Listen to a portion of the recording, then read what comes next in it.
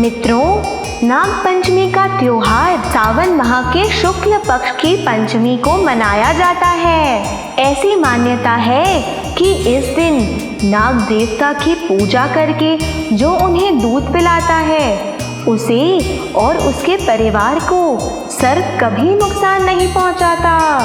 आइए अब नाग पंचमी की कथा सुनते हैं। प्राचीन काल में एक सेठ रहा करता था जिसके 7 पुत्र थे। सेठ के सारे बेटों का विवाह हो चुका था। सारी बहुओं में सेठ की छोटी बहू सबसे सुंदर, सुशील और संस्कारी थी। एक दिन बड़ी बहू ने सारी देवरानियों से कहा, चलो घर को लीपने के लिए पीली मिट्टी ले आते हैं। सारी बहुएं डलिया और खुरपी लेकर जंगल की ओर निकल पड़ी। जब बड़ी बहू मिट्टी खोद रही थी वहाँ एक सर्प निकला। बड़ी बहू उस सर्प को खुरपी से मारने लगी। छोटी बहू बोली, इसे मत मारो, इसने आपका क्या बिगाड़ा है। छोटी बहू की बात सुनकर बड़ी बहू ने उस सर्प को छोड़ दिया।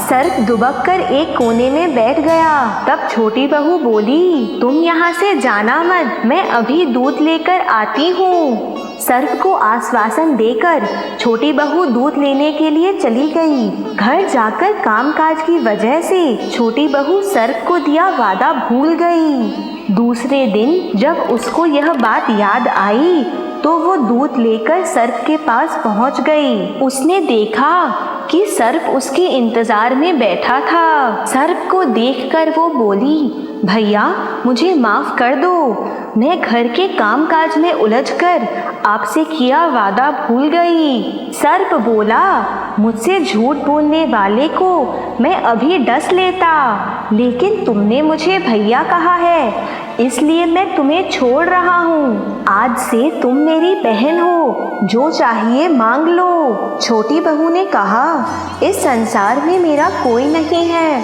आज से तुम ही मेरे भाई हो। जब भी मैं तुम्हें बुलाऊं चले आना। सावन का महीना आया तो सेठ की सभी बहुएं पीहर जाने लगीं। उन्होंने छोटी बहू को ताना मारा, तेरा तो कोई पीहर नहीं है, भला तू कहाँ जाएगी। यह सुनकर छोटी बहू को रोना आ गया। तभी उसके घर उसके एक दूर के रिश्ते का भाई आया और बोला, मैं इसे लेने आया हूँ, मैं इसके दूर के रिश्ते का भाई हूँ। सेठ जी ने कहा, छोटी बहू का तो कोई भाई नहीं है। सर्प ने उन्हें विश्वास दिलाया तो सेठ जी ने छोटी बहू को उसके साथ भेज दिया।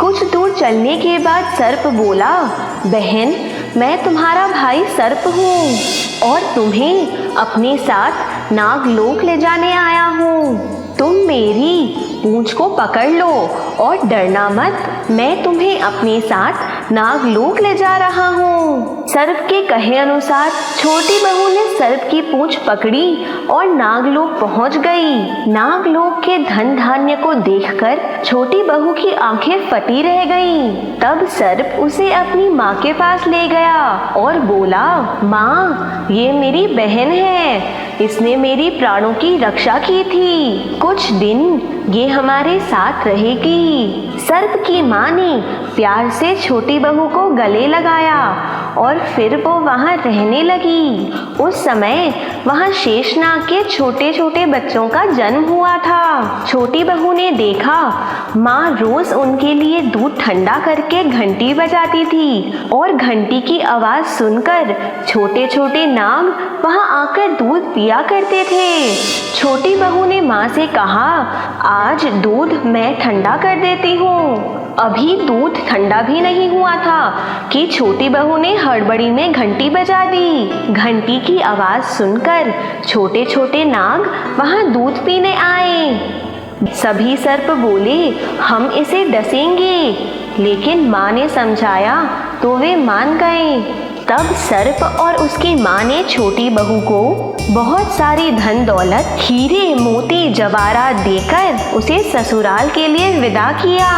ससुराल पहुंचने पर इतना सारा धन देखकर बड़ी बहू बोली, भाई ने इतनी सारी दौलत दी है तो इसे बुहारने के लिए सोने की झाड़ू भी देनी चाहिए थी। ऐसा सुनकर सर्प ने सोने की झाड़ू भी लाकर दे दी और साथ में उसे अपनी माँ का हीरे मोती और मणियों का एक अद्भुत हार दिया। उस हार का गुणगान सारे नगर में होने लगा। जब ये प्रशंसा रानी के कान तक पहुंची तो उसने इस हार को पहनने की इच्छा राजा को बताई। तो राजा ने अपने सैनिकों को सेठ के यहाँ हार लेने भेज दिया। राजा के डर से सेठ जी ने छोटी बहू का हार राजा के सैनिकों को दे दिया। राजा के इस आचरण से छोटी बहू बहुत दुखी हो गई। दुखी होकर छोटी बहू ने अपने भाई सर्प को याद किया तो सर्प वहां फौरन उपस्थित हो गया। उसने सर्प को सारी बातें बताई। सर्प बोला, बहन तुम चिंता मत करो, राजा खुद तुम्हें वो हार लौटाने आएगा। रानी ने जैसे ही वह हार पहना वह हार सर्प में बदल गया। डर के मारे रानी ने वह हार फेंक दिया। ऐसा देखकर राजा ने छोटी बहू को दरबार में बुलाया। सेठ जी छोटी बहू को लेकर दरबार में पहुँचे।